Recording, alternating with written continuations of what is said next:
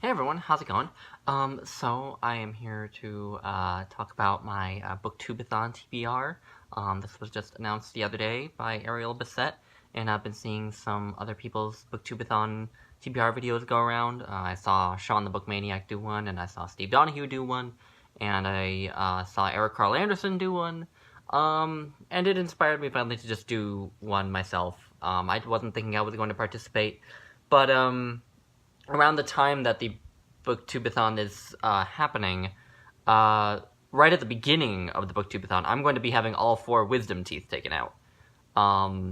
So I'm essentially going to be either bedridden or not able to do much for 3 or 4 days, so that will be the perfect time to just get a ton of reading done if I'm not in too much pain. We'll see about that, but I am planning to do it. We'll see how it goes, but I'm planning on it. So anyway, there are 7 challenges as always. And by the way, I will leave a link to Ariel Bissett's video if anyone wants me to. I can't imagine anyone really needs me to, but it seems the polite thing to do. So anyway, the first challenge is to let a coin toss decide your first read. And so I've picked 2 books to toss a coin between. And the book that is going to be heads is A Doll's House by Henrik Ibsen.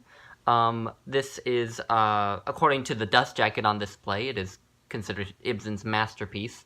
But it's about a husband and wife, and it's supposed to be very progressive in the way it treats women and marriage and things like that. And then my other choice is for Tales is Geneva by George Bernard Shaw. This is actually a collection of 3 of his plays, but I'm just doing Geneva because this is longer, and I'm trying to keep the books for this BookTubeathon relatively short. Or if they're not too short, then easy to read. But anyway, Geneva is a political play, as you might guess by the fact that this volume is called Plays Political. But it's essentially it is a play where 3 dictators are called to trial, and they're very thinly disguised versions of Mussolini, Hitler, and Francisco Franco. And the play, I picked that one out of the 3 in here because it was just the one that seemed the most interesting and the most funny. Funniest? Is that a word? Anyway. So yeah, anyway. So I have my coin, and as I said, the Ibsen play will be heads, the Shaw play will be tails. So let's see. So I got heads. So that means I will be reading A Doll's House by Henrik Ibsen for that one. Number 2 is read a book about something you want to do. Something I want to do is live in Wyoming. Don't know if it'll ever happen, but it is kind of a dream of mine. So I have here Close Range, a collection of short stories by Annie Proulx. And it's the first collection in her Wyoming stories. So they're all about people who are either from or live in Wyoming. And most of them, I think, take place in the second half of the 20th century.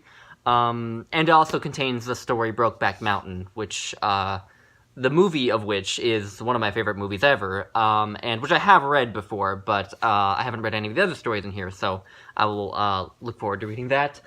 The third challenge is read and watch a book-to-movie adaptation. So for this, I decided to go with something perhaps a bit different.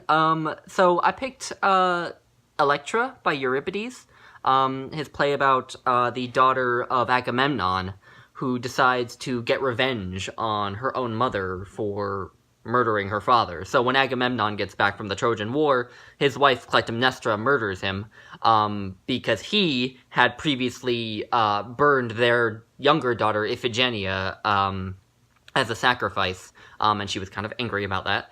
But then Electra decides to get revenge on Clytemnestra for murdering her father. And so that's the book, the play.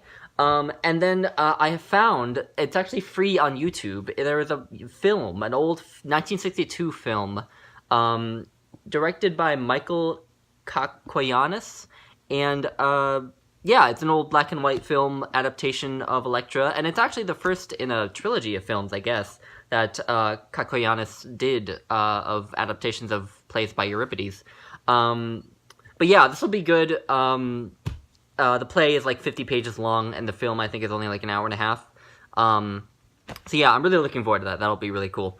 But the next challenge is a book with green on the cover. And for this, I'm going with The Grand Tetons, The Story of the Taming of the Western Wilderness, by Margaret Sanborn. And as you can see, there is green all over this cover. So the title is pretty self-explanatory, but after I left the Tetons, as I was leaving the Tetons, my mom and I stopped at a gift shop, and I wanted to get this just because I wasn't really ready to leave yet, and so I will be excited to revisit them in spiritual form in a book. Number 5 is read a book while wearing the same hat the whole time, and for this I just tried to pick the shortest book I possibly could because I hate wearing hats. So I picked Sea and Fog by Etel Adnan. This is a collection of poetry, and Etel Adnan is a Lebanese-American poet, and these poems are just meditations on the individual and its relation to nature, with sea and fog as the primary images of the poems. Number 6 is read a book with a beautiful spine, and for this I picked Broken, a Love Story, a woman's journey toward redemption on the Wind River Indian Reservation by Lisa Jones. So this is a memoir of Lisa Jones's time getting to know an Arapaho man named Stanford Addison, who sounds like a fascinating man. He started out as sort of a bit of a trashy guy when he was young. He was like partying all the time, having promiscuous sex, all these things. But then when he was 20, he got into this terrible accident, and he was paralyzed. And at first he was just super depressed about that and was suicidally depressed, but then ended up kind of turning his life around and became this great healer among the Arapaho, and also a tamer of horses. And this is just a memoir of Lisa getting to know him and learning about his story and his teachings, sort of, and also interspersing that with her own life story. So, yeah, I'm really looking forward to that. I also bought that when I was in Grand Teton National Park, and it takes place in Idaho, so it's kind of in that same area. And then finally, the last challenge is just to read 7 books. And the 7th book that I'm picking is one I have as an ebook, and just to have something to show you, I brought up the cover here. You can ignore that virus thing in the corner. But this is One Story, One Song by Richard Wagamese. And it's just a collection of stories, basically, of not short stories, but like myths and legends of the Ojibwe nation. Richard Wagamese is an Ojibwe man. He's Canadian. And this is just a collection of Ojibwe myths and legends, and also, I think, stories from Wagamese's own life. Because the parts of Wagamese's other book, One Native Life, that I liked a lot were the parts where he was telling stories from his own life and Ojibwe legends or myths or something like that. So I think I'll really, really love this book.